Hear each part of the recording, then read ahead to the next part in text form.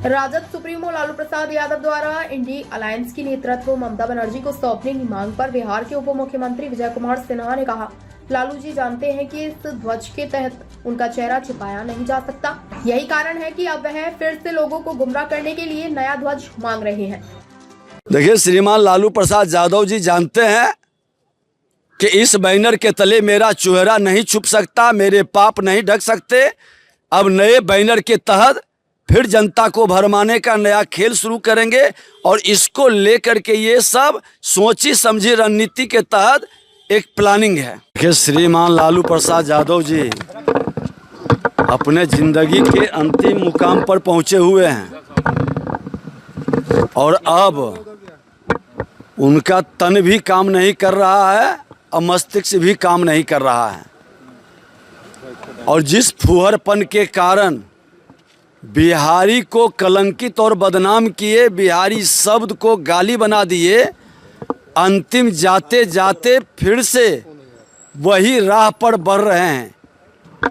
संवैधानिक पद का सम्मान करना चाहिए, वो भी संवैधानिक पद पर रहे हैं और इस तरह की बात करना कहीं न कहीं उस पद की गरिमा को गिराना है। और इस तरह का संवैधानिक पद पर बैठा व्यक्ति, राजद के राष्ट्रीय अध्यक्ष, सजायाफ्ता भ्रष्टाचारी मानसिकता के लोग का बयान जनता गंभीरता से नहीं लेती है। देखिए, ये अवसरवादी और स्वार्थी वंशवादी परिवारवादी की जमात है और गिरगिट के तरह लोग रंग बदलते हैं, कभी कांग्रेस के साथ, कभी कांग्रेस के विरुद्ध। प्रेशर पॉलिटिक्स कर करके राजनीति में हेवॉक क्रिएट करने वाला व्यक्ति कभी जनता के हित में काम नहीं कर सकता। हमने स्पष्ट तौर पर कहा कि ये बिहार की गरिमा को गिराने वाले, बिहारी को अपमानित करने वाले और बिहारी के छवि को धूमिल करने वाले श्रीमान लालू प्रसाद यादव जी, अब बिहार को बख्श दीजिए। आप जैसे लोग ये गौरवशाली बिहार को, जिस बिहारी पर देश गर्व करता था, आज उस बिहारी को शर्मसार आपने किया है।